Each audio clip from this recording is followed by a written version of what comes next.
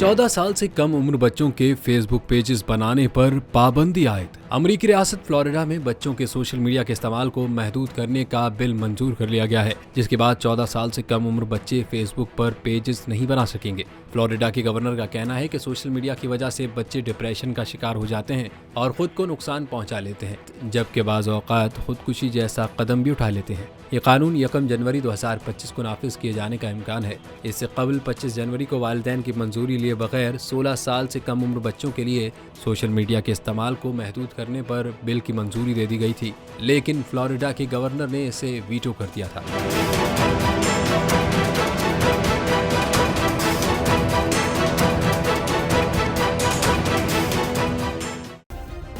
Subscribe करें और bell दबाएं ताकि कोई खबर रह न जाए।